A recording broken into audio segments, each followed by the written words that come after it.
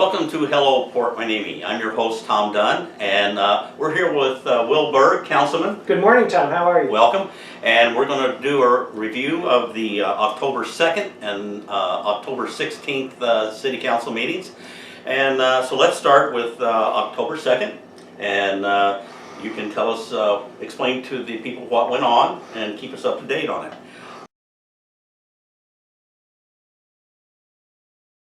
The first part was a successor agency, which has to do with city bonds. Can you explain that? That's right, Tom. We were able to take advantage of the lowering of interest rates for bonds in the current market. And by refinancing our bonds, we were able to save quite a bit of money on annually for the city. But this not only helped the city and the debts that we've incurred, but it also helps our other agencies with us, as the County of Ventura and the school district all benefited from our reducing our interest rate on municipal bonds, government bonds. So we are looking to get money wherever we can. We can save it by not paying as much in interest. Very good.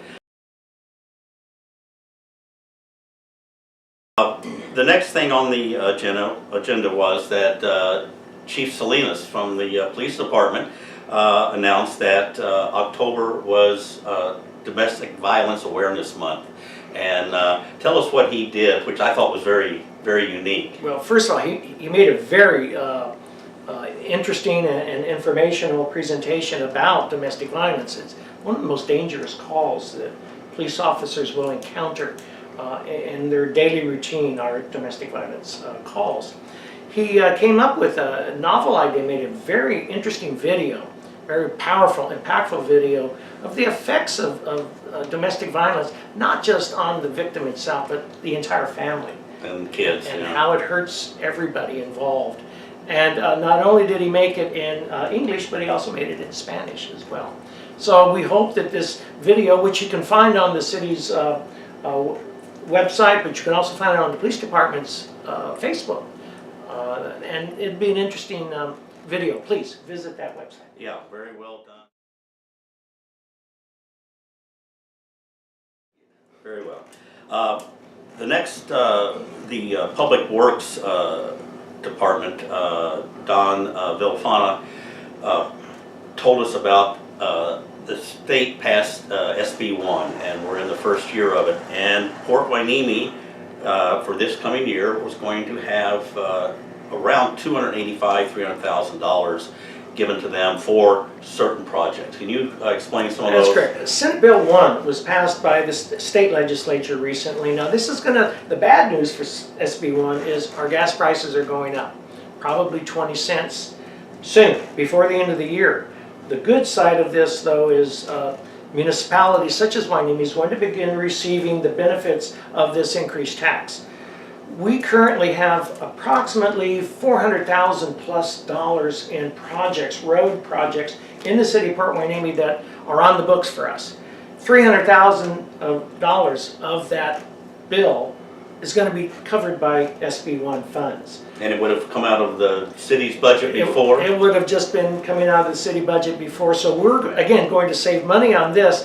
Streets are going to remain the best streets in Ventura County, that's for sure. Yeah, that's what you hear from people who are here the first time is, wow, you can really tell a difference when you enter Port Hueneme. That's correct, and that's going to continue. Okay, during this time frame of the 2nd of October, right around in there, I think it was the week before, we had the Banana Festival. And since you are a recent retiree from the port who puts on the Banana Festival, how was it this year? This was, I believe, the 6th annual Banana Festival.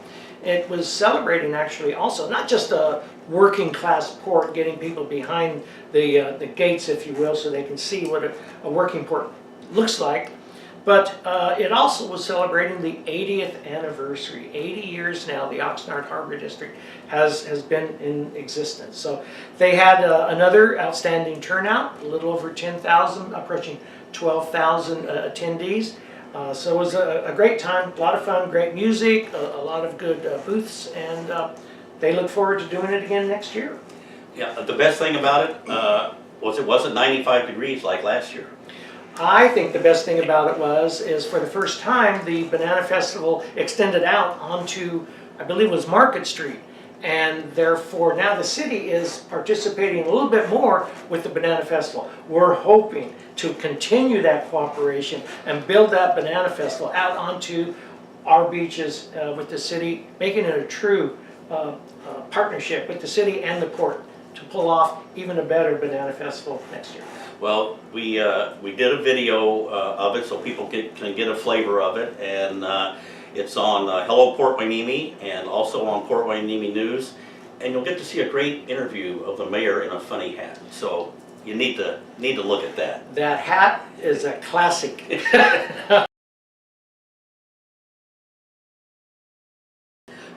The last thing that was covered at this meeting was the city manager, Rod Butler, introduced Stephanie Mendenhall, who is our new interim city manager. Are you familiar with what she's done before and what she's looking at doing right now? A little bit. Stephanie is retired from the city of Upland. Now, she was with the city of Upland and had retired before Rod had his tenure with the city. So he knew of her, but he did not actually get to work with her.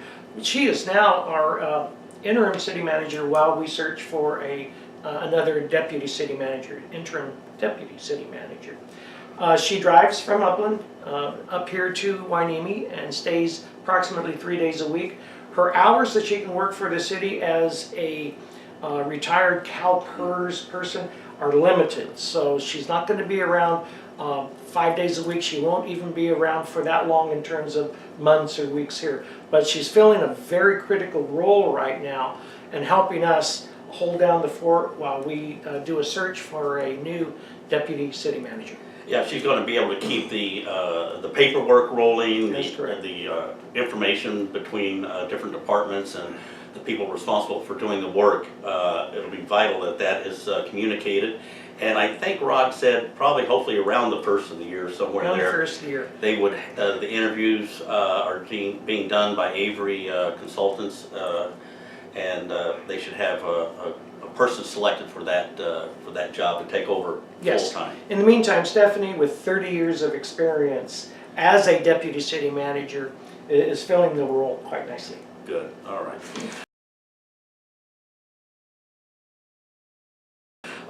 Now we can go to the October 16th City Council meeting, and I thought something was really neat. The mayor opened it up with the open forum for citizens to come forth, and when I first started going a year or so ago, it was complaint after complaint after complaint, and sometimes it got taken care of, sometimes it didn't.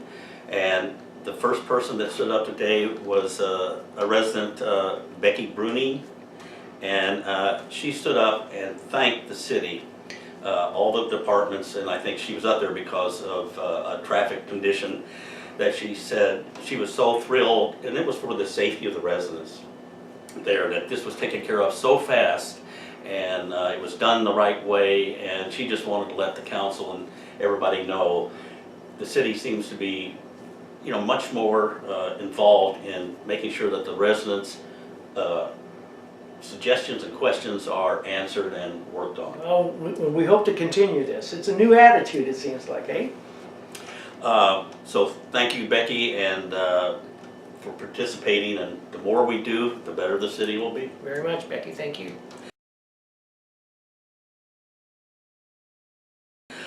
Next up was Laura Hernandez. Laura Hernandez got the okay from the city, the police department, and they set up an emergency alert citizens core committee. Laura had worked for the county for around 20 years in a similar situation on their emergency response committee and coordinated everything. And matter of fact, she was one of the lead people when Alaska Airlines flight crashed, and she coordinated all the departments around the county to get out there and do whatever they could and make all the contacts they could. So she has a lot of experience. And can you tell us a little bit more how this is going to operate? And Well, yes, again, Laura, who does come with tremendous experience in the emergency operations, the management of emergency operations and response to all of this. Laura has a committee set up, and again, it's going to be a bilingual effort on the part of the community to improve our response time to emergencies, whether they be fires, the tsunami issues, sea rise, you name it. Laura is the right person in the right place at the right time for this. What I thought was, what you said is absolutely correct about the response time. But the other thing that's very important is that it tells people how to be prepared to take care of themselves in case a response team cannot get to them, and how you can self-sustain your own survival if it's a really bad situation with the right amount of food, water, even down to, do you have an extra pair of glasses stored away somewhere where you're going to be, in your car, in your house, in case they get broken? Because some people, if they lose those, they can't. Yes, and Laura's going to be making this information available to all the various homeowners associations within the community. Those places that don't have HOAs, she can help do this through the city's auspices. But yes, we hope to help citizens be ready for these unexpected tragedies when they occur. Right, and again, you can go to Port Hueneme News, and there is a 3-part video on there of the whole meeting, and they had about a half a dozen various officers, police, fire, that discussed various aspects of this. Yes. And it'd be something you'd really want to make notes on, and make sure your house and family is all updated, and at least have a gathering point where you can get together. So great work on Laura and the people she's associating with. Kudos to Laura. Yeah.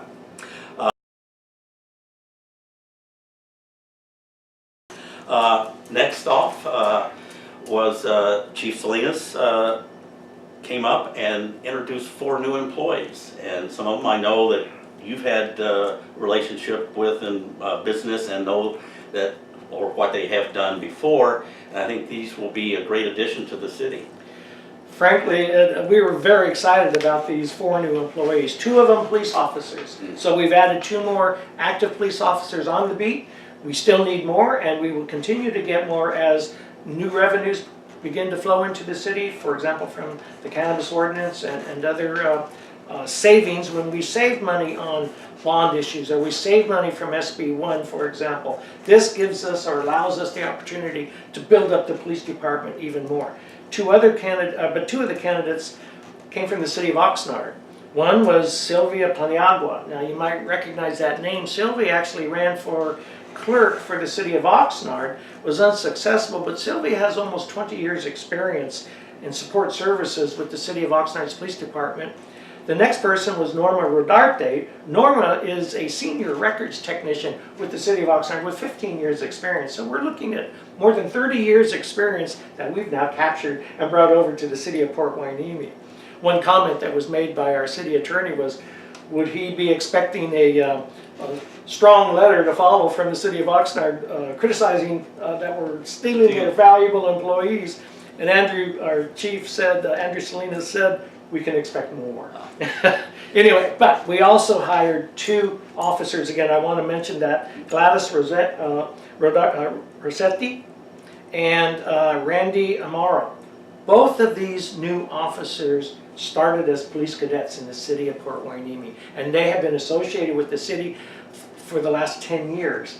And they've trained, they've gone through their education at the college level, and now they're back and working for the Hueneme Police Department. Homegrown talent, ladies and gentlemen. This is really a good thing.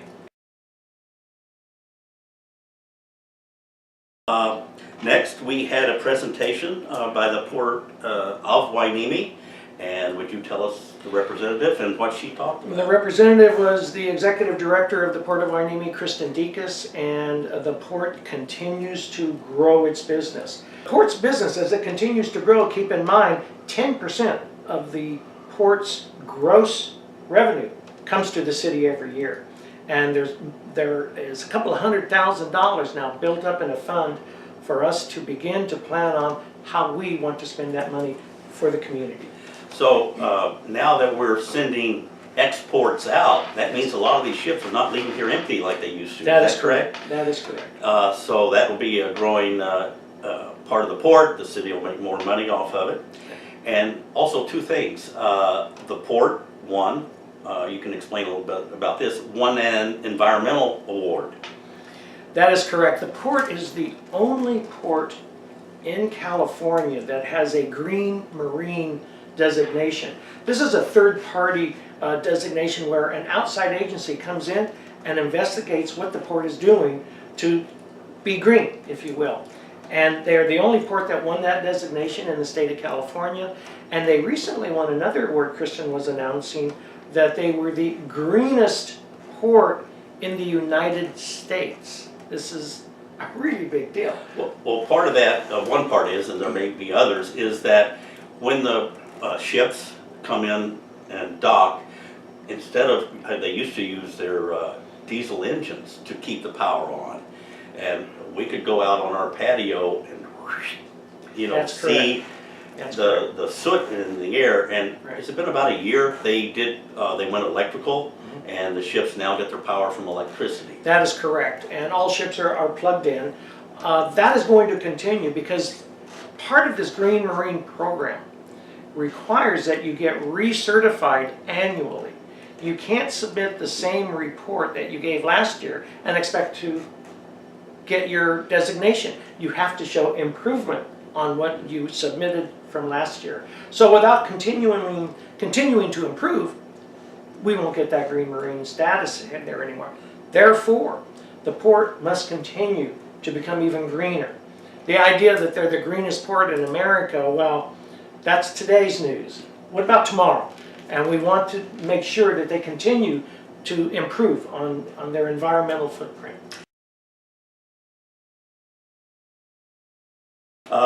Okay, next we had the council voted on approving our first two medical cannabis dispensaries. And one was the Hueneme Patient Co-op, and the other one was the Freedom First Association. Can you give us a little update where we are? And we're starting out on the first leg now of getting this operations running. That's correct. We have approved the first two applications, which is a rather lengthy process, and these companies have been in the process now for quite some time, quite a while. The one is on Channel Islands Boulevard, the other one is along Ventura Road, and we expect these dispensaries for medical marijuana to be up and running, I'd say within 30 to maybe 45 days, perhaps even sooner. The revenue to the city, that's everybody's first question. The city will be receiving 5% of the gross sales from these two. We get 5%, the state, by the way, is getting 15% of the gross. So these companies right away, 20% of their gross operation sales are going to governments, one going to the state and one going to the city. We do anticipate getting more applications for properties that may be available for expanded cannabis operations. We'll find out. We'll review these as they come up. I know this has been going on now for close to a year, the whole process when it was started. But in talking to a couple of the people who have submitted their plan, and two of them were adopted, both of them without any edging them along or asking, both said we plan to give another 5% to various local agencies, educational groups, different things in the city, because they want to be you know, a big city partner and do the right thing for the city of Port Hueneme. This is a big step, and the city council is taking this very seriously. We've had a lot of discussion, a lot of thought, a lot of angst and going back and forth. We think we're on the right track, we think we're doing the right thing, and we hope that the entire community can benefit from this. We'll monitor it as closely as we can. Our chief, Andrew Salinas, is very carefully watching all of this. He's looked at other operations, he's comparing notes. We're watching carefully, we are. The next issue that came up was a property possible sale of a area of land down by the promenade. There was a project that was presented to the city. Can you give us a quick review? I know it's in the first steps, but let the people know what this is about and where we stand with it. There is a developer who has approached the city regarding a very small sliver of property at the end of Market Street where it turns into Surfside Drive. Mm-hmm. There is a monument there. Happens to be the site of the original Bard's Wharf. And there is a flag plaza monument that has been erected there. And that is actually the beginning of the promenade that goes out to the lighthouse. That little location of land he is proposing to put 2 buildings on there. One would be an office tower. The other one would be a upscale business hotel type tower, along with restaurants, parking, etc. It's a pretty ambitious project, and we have a lot of questions. Environmental issues, of course, parking, traffic, air, you name it all. And we're very interested in the project, yet very concerned, but we're at the beginning stages. This is very early. We will be getting more information as time goes on, and as this information becomes available, we of course will share it with the community. Also, I want to remind you that those people who cannot attend our council meetings can still send questions through Port Hueneme News and their issues, and they will be taken up at the council level and discussed in public. We're at the very beginning stage, so we have a long way to go. Well, we don't have many properties to develop, and the city has to do 2 things. One, try to find the best and highest use for this property, and we have to get it through the California Coastal Commission. They have to approve all these projects as well. So, and a lot of unknowns. And partly you mentioned, and what's the impact on the city and its residents? That's correct. So we'll definitely stay on top of this and keep the people updated.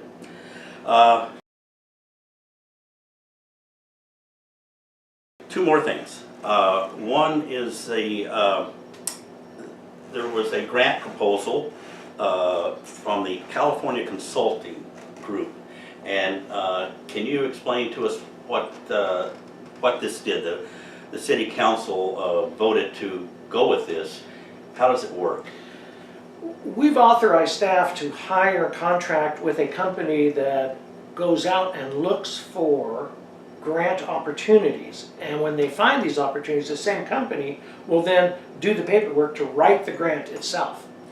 Now, they don't get paid by part of the grant. That grant in totality would go to the benefit of the city or for the department of the city or whatever specific project that grant might apply to. So we have signed up, and we're taking general fund money to contract with this company for a temporary amount of time. We want to see how this goes, how effective it will be. But there are a lot of grants that go missing, go wanting, if you will. And we want to take advantage of every opportunity we can to get funds that may be available for us to apply to city projects. That's what that's about. It will put a small dent in whatever the residents have to pay in various taxes or whatever, and every little bit helps these days. Every little bit helps, yes. Okay. The last thing we brought up at the meeting was in front of the City Hall, there used to be a nice big coral tree there. What happened? With a beautiful root system Oh. that expands out like you can't believe. So, wait, once they cut the tree down, it took them another couple of weeks to get the roots all in. That is correct. So now we need to put in a new tree. What kind of tree do we put in? That's the question. It's not going to be another coral tree for obvious reasons, but we are studying this right now. We will come back with a final plan. Don Villafana, our Director of Public Works, is all over this, as well as Steve Hickox. We're looking at options there, and we'll come back. There will be a holiday tree lighting ceremony again this year. We're just not sure how it's going to unfold. Well, I talked with Rod Butler on Citizens Forum, and he explained that they're going to put, let's just call it some type of Christmas tree, evergreen tree, in a big huge box that has all the soil in it out there on, I think, November 30th, and use that for the Christmas tree lighting in the holiday season. After which we will then take that tree and plant it somewhere else. Right, and that the plan now, and it's not in concrete at all, is to possibly have a local art or sculpture or something put in front of the building. And they haven't decided, and if anybody out there is an artist, a sculptor, or any citizen has a idea, please get in touch with, again, Citizens Forum or the City Hall. So, Will, thank you very much. Thank you. Appreciate it. Tom, appreciate the time. Good job. And thank you guys for watching, and we'll see you next time on Hello Port Wayne TV.